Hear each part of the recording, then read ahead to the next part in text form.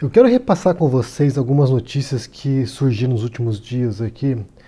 A primeira delas tem a ver com a prisão do Temer e a soltura dele, né? Ele está livre agora, ele foi solto da prisão ontem. E como eu falei no vídeo sobre a prisão dele, muitos juristas se pronunciaram dizendo que a prisão era arbitrária, que não havia seguido o rito normal e que não era correta. Então, com base nisso, um desembargador emitiu a ordem de soltura do Temer. E tem um artigo interessante aqui no Estadão, escrito pelo João Paulo Martinelli, que é um advogado criminalista e doutor em Direito Penal pela USP, no qual ele fala sobre esse assunto e por que a decisão do desembargador foi a mais acertada. Então ele diz o seguinte aqui, olha. A decisão que decretou a prisão de Temer foi vaga e sem fundamento concreto. E mais adiante ele conclui: se a prisão preventiva não está fundamentada em argumentos sólidos, deve ser revogada imediatamente.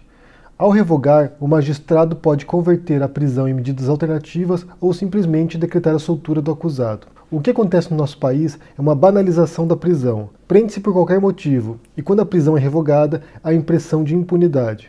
Mas não é bem assim. A prisão preventiva exige cuidados e sua revogação se torna obrigatória quando não houver pelo menos um fundamento que a sustente. Ou seja, parece haver um consenso que essa soltura do Temer, por mais que nos pareça impunidade, como diz no artigo, ou menos pareça injusta, por mais que a gente saiba que o Temer está envolvido em escândalos de corrupção, está envolvido em esquemas, não é assim que as coisas funcionam. Então o Temer foi solto e agora aguardar aqui o que vai acontecer, né?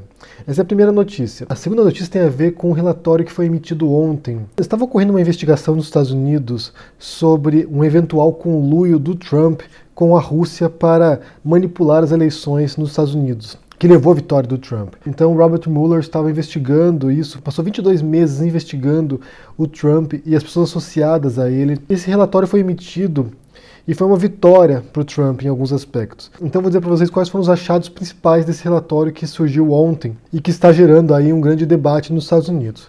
Então a primeira conclusão foi que não houve conluio entre o Trump e a Rússia. Ou seja, não havia um acordo, não havia uma conspiração ali entre a campanha do Trump e os russos para que ele vencesse as eleições. De fato, os russos interferiram nas eleições e isso também já é comprovado. Alguns hackers russos foram indiciados por causa disso, por manipularem as eleições, por hackearem o servidor da Hillary Clinton, dos democratas, e espalharem e-mails dela. Houve uma manipulação. A manipulação existiu, mas não há evidências, não há nenhum tipo de comprovação de que o Trump ou a campanha dele estivesse diretamente vinculada a isso.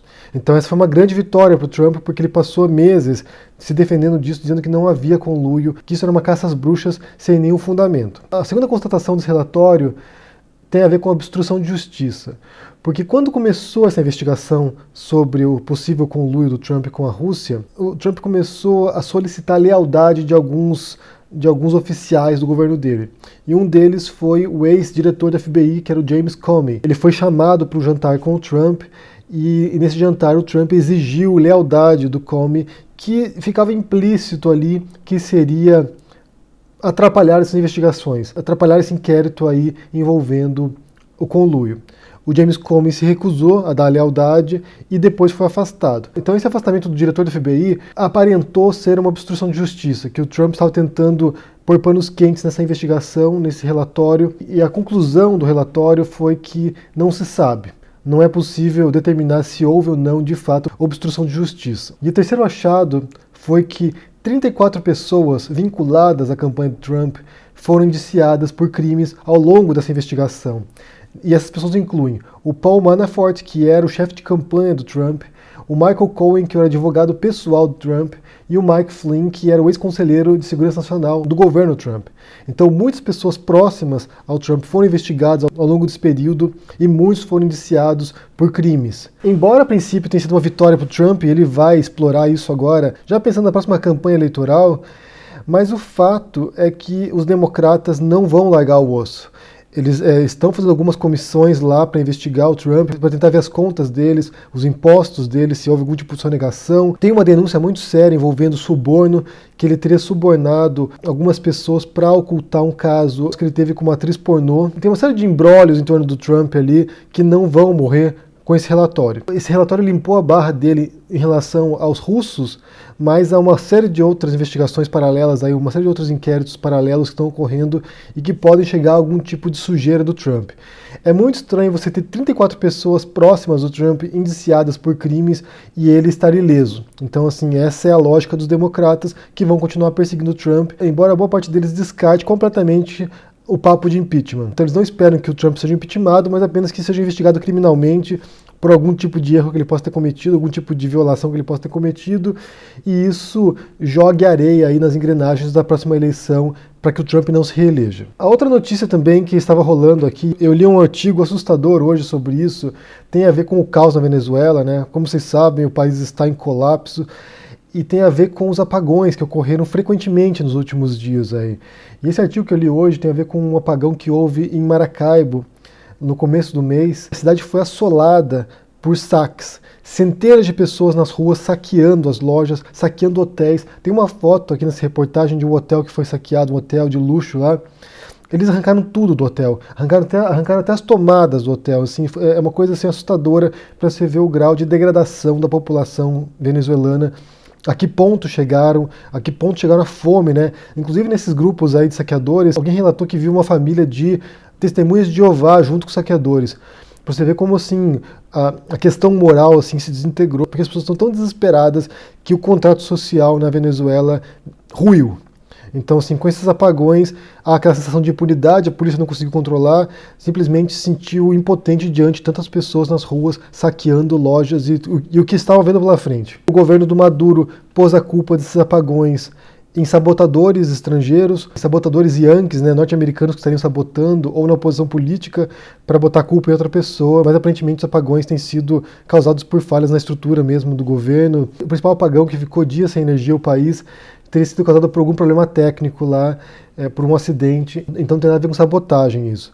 Mas a situação na Venezuela está complicada de fato, as pessoas estão no estágio ali muito precário mesmo, muito precário mesmo. No Brasil está rolando um papo aí de intervenção militar, de invadir, de tentar retirar a força Maduro do governo, mas já tem uma notícia antiga aí, e até voltou agora nos últimos dias, que o Brasil não tem estrutura militar para isso, não tem força militar para isso, diz que a munição que tem no Brasil só dura 24 horas de guerra.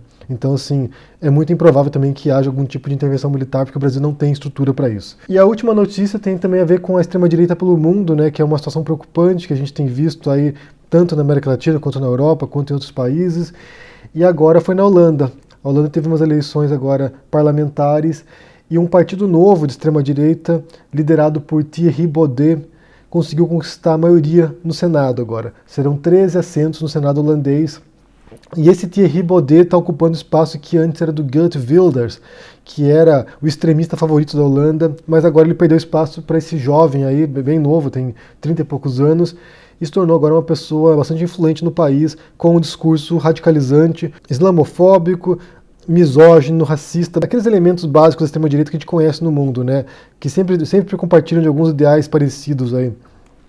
Eu vou tirar para vocês alguns links aqui explicando quem é essa figura, quem é essa pessoa aí. E nos artigos tem algumas frases bizonhas dessa pessoa aí, desse cidadão, e uma delas aqui, para você ver a autoestima da figura, ele diz o seguinte, olha: desde o princípio eu sabia que eu era a única pessoa capaz de mudar a política. Não vejo nenhuma outra pessoa talentosa nos Países Baixos. Ou seja, esse Thierry Baudet é a única pessoa capaz de mudar a Holanda e libertar a Holanda dos comunistas, dos muçulmanos, dos imigrantes, ou seja, de tudo que eles odeiam.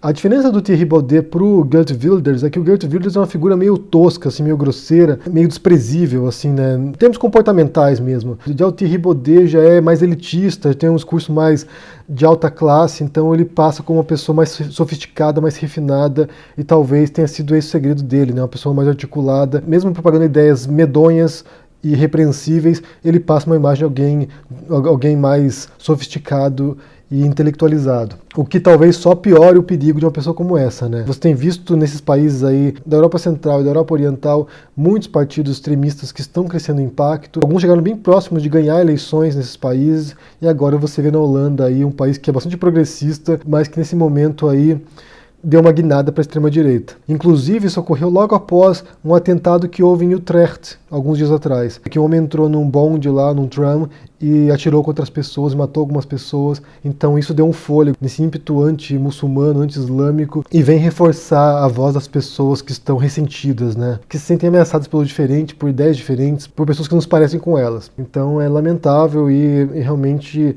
isso pode indicar de fato uma mudança na política aí na Europa, que também vem com um discurso anti-União Europeia, isolacionista, nacionalista. É surpreendente, gente. Quase 100 anos depois da ascensão do fascismo na Europa, você vê um movimento bastante parecido ressurgindo das cinzas. Então é realmente preocupante. Eu queria saber o que vocês pensam sobre essas notícias aí. Primeiro sobre a soltura do Temer, o que você pensa sobre isso? O que você acha sobre essas questões aí? Deixa no comentário aqui embaixo, deixa o joinha, assine o canal, ajude no Apoia-se. E logo a gente vai vir com uma novidade aqui muito legal, gente, realmente muito legal. Amanhã eu volto para compartilhar com vocês o que vai acontecer, porque vai ser realmente muito legal e vai ampliar aqui o alcance do canal, daquilo que a gente diz aqui. Então vai ser muito legal mesmo. Então acompanhe. Um grande abraço para vocês e até mais. Tchau!